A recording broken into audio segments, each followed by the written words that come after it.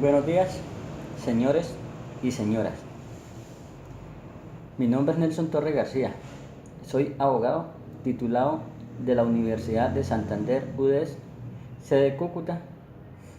También soy tecnólogo jurídico de la Universidad Industrial de Santander, UIS, de Bucaramanga.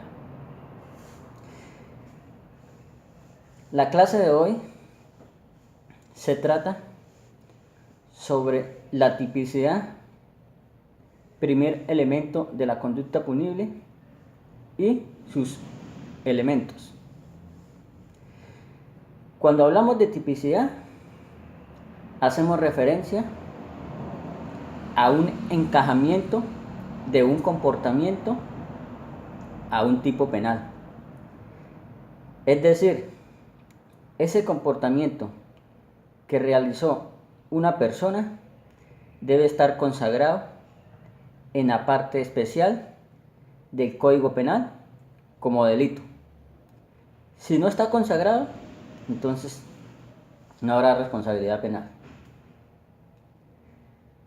La tipicidad es el primer elemento de la conducta punible. Se clasifica en dos aspectos, uno negativo y otro positivo. En el negativo se verifica si la persona que realizó el comportamiento o el delito está amparada por una causal de exclusión de las que contempla el artículo 32 de la Ley 599 del año 2000, Código Penal. Entonces, ¿cuáles son esas causales? Son 5. Primero, caso fortuito y fuerza mayor. Segundo, que se obre en consentimiento de la víctima por parte del titular del bien jurídico, siempre que pueda disponer del mismo. Tercero, que se obre en ejercicio de un deber legal o constitucional. Cuarto, que se obre con una orden emitida con las formalidades legales por una autoridad competente. Quinto, que se obre por una actividad lícita o un cargo público. Reitero, si se presenta una de ellas, no hay responsabilidad penal por atipicidad de la conducta.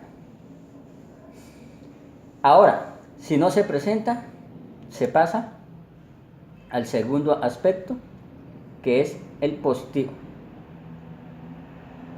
El positivo se clasifica en dos tipos, uno subjetivo y otro objetivo.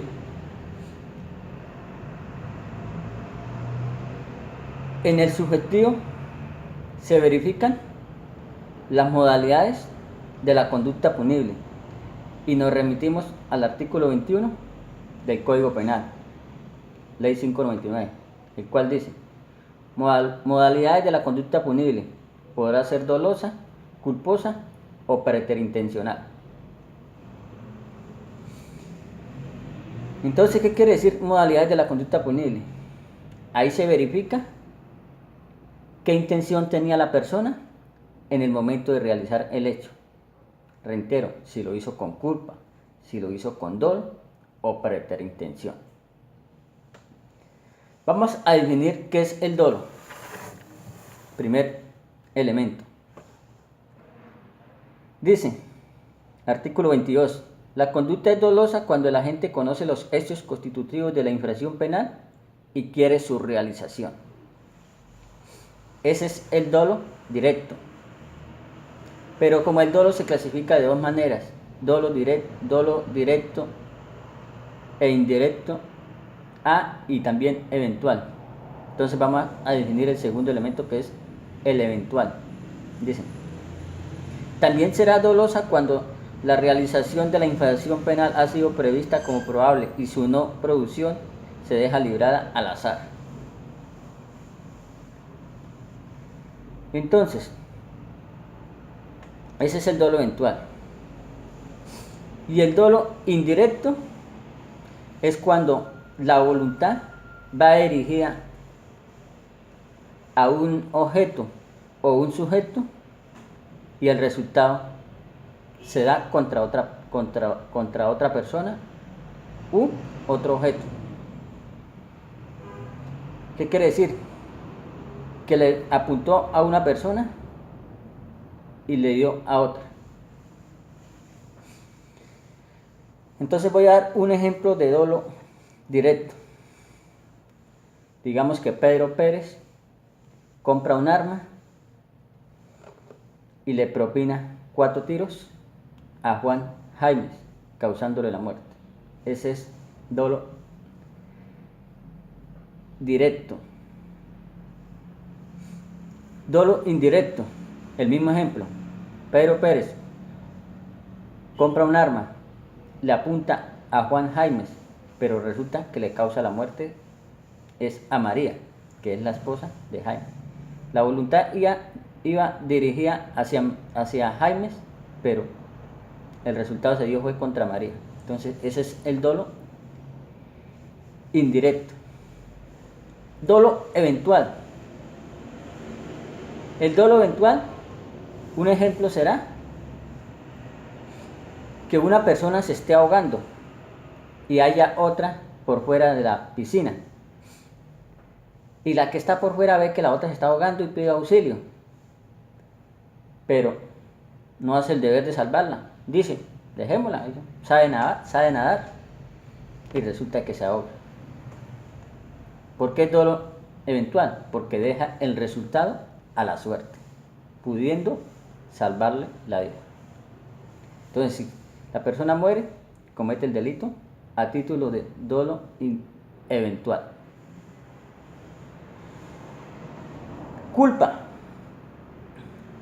La culpa se clasifica de 2 maneras: con representación y culpa sin representación. Con representación es cuando la persona representa que puede causar un accidente y no lo evita. Es decir, va conduciendo un vehículo por una vía principal y en ese momento empieza a llover. La persona representa que como está mojado el piso, va a frenar en alguna ocasión y el carro no le va a responder igual, pero no lo evita. Entonces eso es culpa con representación. Culpa sin representación, cuando no representa nada. Un ejemplo, persona va conduciendo un vehículo, digamos, va hablando por celular y se le olvidó parar en una esquina. Se pasó el mismo, un accidente, resultó muerta una persona. Entonces, culpa sin representación. Hay 4 generadores de culpa, el cual los voy a mencionar a continuación y voy a dar un ejemplo de cada uno de ellos. Entonces, primero, culpa con negligencia. Se dice que es falta de atención y coordinación. En el caso de la persona que va conduciendo un vehículo, hablando con las personas del asiento trasero. Causa un accidente, resulta muerta una persona, comete el delito de homicidio culposo, culpa con negligencia. Segundo, culpa con imprudencia. Se dice que es obrar sin cuidado. Un ejemplo, la persona que conduce una motocicleta o un vehículo en zigzag, es decir, de orilla a orilla, o se sube a los andenes. Reitero, causa un accidente, resulta muerta una persona, comete el delito de homicidio culposo con imprudencia. Tercero, culpa con impericia.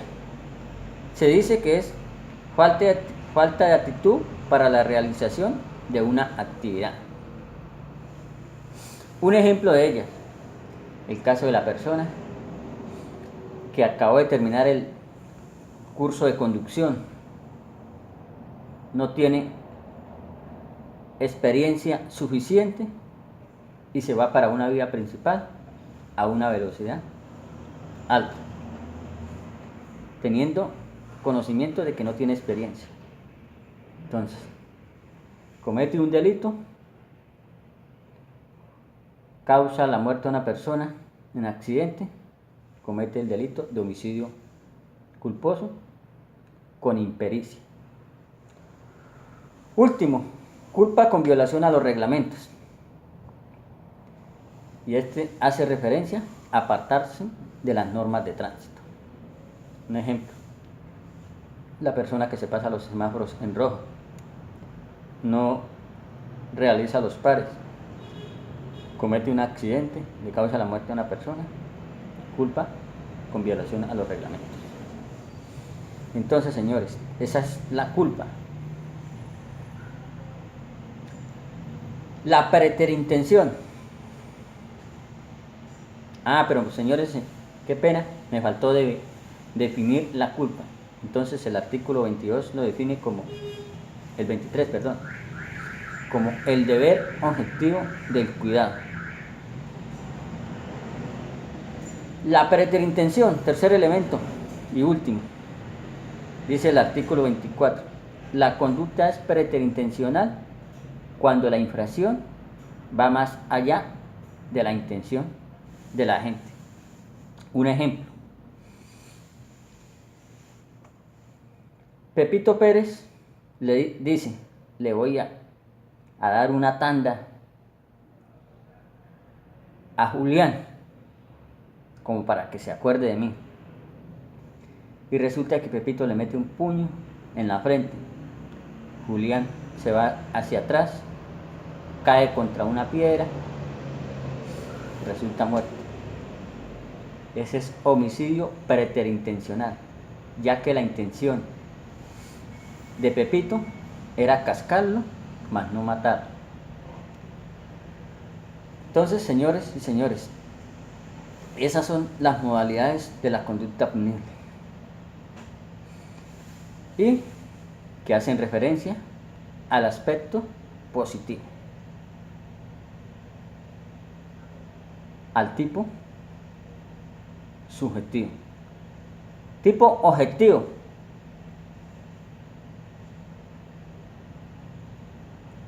Último elemento de la tipicidad. En el objetivo se deben reunir los siguientes elementos. Primero, verbo rector es la calidad del delito que se desea sancionar. Segundo, sujeto activo es la persona que realiza el delito. Sujeto pasivo hace referencia a la víctima, es decir, a quien recayó el delito. Objeto material, que puede ser material o personal, el cuerpo de la persona, o por ejemplo, si es un delito de hurto, los dineros. Objeto jurídico hace referencia al bien jurídico tutelado, que en el caso de un homicidio es la vida de la víctima. En el caso del patrimonio económico, en caso de dineros, el bien jurídico tutelado sería el patrimonio económico de la persona. Ingredientes especiales que pueden ser subjetivos o normativos. Entonces, señores y señores, esos son los elementos de la tipicidad, primer elemento de la conducta punible. En la próxima clase haré referencia a la antijuridicidad, segundo elemento de la conducta punible, y a la culpabilidad, último y tercer elemento. Muchas gracias, señores. Espero que hayan estado atentos al tema para así cada día ir aprendiendo más sobre las normas del derecho penal. Muchas gracias.